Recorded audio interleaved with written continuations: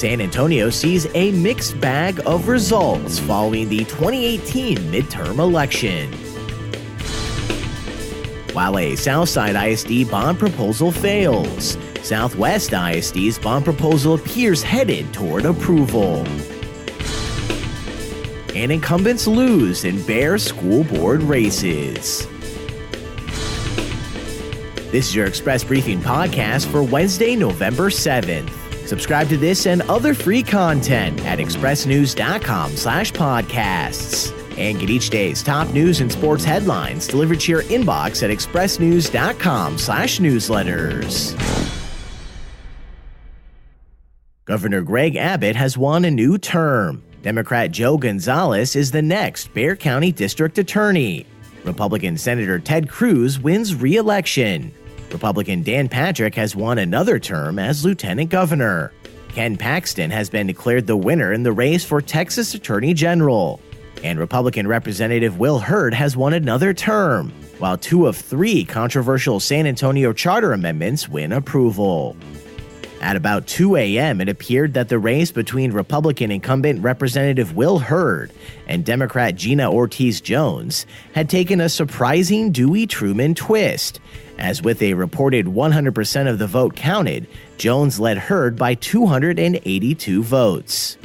But by 2:30 a.m., Hurd retook the lead when Medina County reported new numbers for one precinct, with Secretary of State election officials reporting Medina County had failed to update the precinct, and the change in totals moved Hurd forward by 689 votes. In San Antonio, 1 of 3 controversial city charter amendments proposed by the Firefighters Union was defeated Tuesday. Voters decided against Proposition A, which would have made it easier to use referendums to challenge council decisions, including on tax and utility rates. Proposition B will cap the city manager's salary, and Proposition C will give the Firefighters Union unilateral power to decide when contract negotiations will be taken into binding arbitration. Of the 3, Prop C was the closest, with 50.78% for and 49.22% against. While the Southside Independent School District's $17.25 million bond proposition failed Tuesday night, with slightly less than 46% in favor, Southwest ISD fared better, with a proposed $75 million bond appeared headed toward approval, with incomplete returns showing a 2-to-1 margin. Neither bond issue is projected to increase tax rates.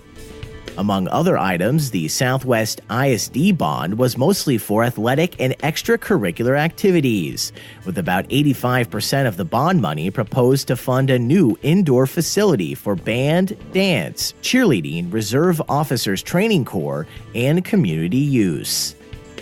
Southwest ISD superintendent thanked voters yesterday for the apparent success of the bond there, calling it a, quote, validation of the great relationship we have in our community.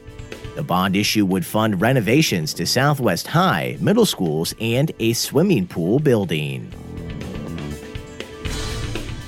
And while votes are still being counted in some races, incumbent school board members are losing across the board to challengers in both Edgewood and South San Antonio independent school districts. Tuesday, 3 incumbent board members also lost their South San board seats, with voters choosing new trustees to lead a district still recovering from years of turmoil. Find more up-to-date voting results at expressnews.com. And that's your daily San Antonio Express News briefing for Wednesday, November 7th.